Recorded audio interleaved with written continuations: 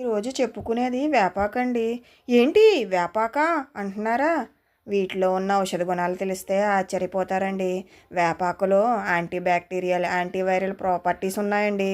అలాగే డయాబెటీస్‌ని తగ్గించడానికి, క్యాన్సర్ రాకుండా కూడా ఉపయోగపడుతుందండి. వీటిలో యాంటీ క్యాన్సర్ కారకాలున్నాయండి. వేపాకంటే చేదుగానే ఉంటుందిలెండి.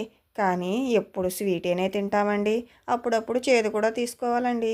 మరి ఇన్ని చెప్పావు గానీ ఎలా తీసుకోవాలో చెప్పు మరి అంటారా? మరి చూసేద్దాం రండి మరి. ముందుగా కోసుకున్న ఆకుల్ని వాటర్‌లో శుభ్రం చేసుకోనండి.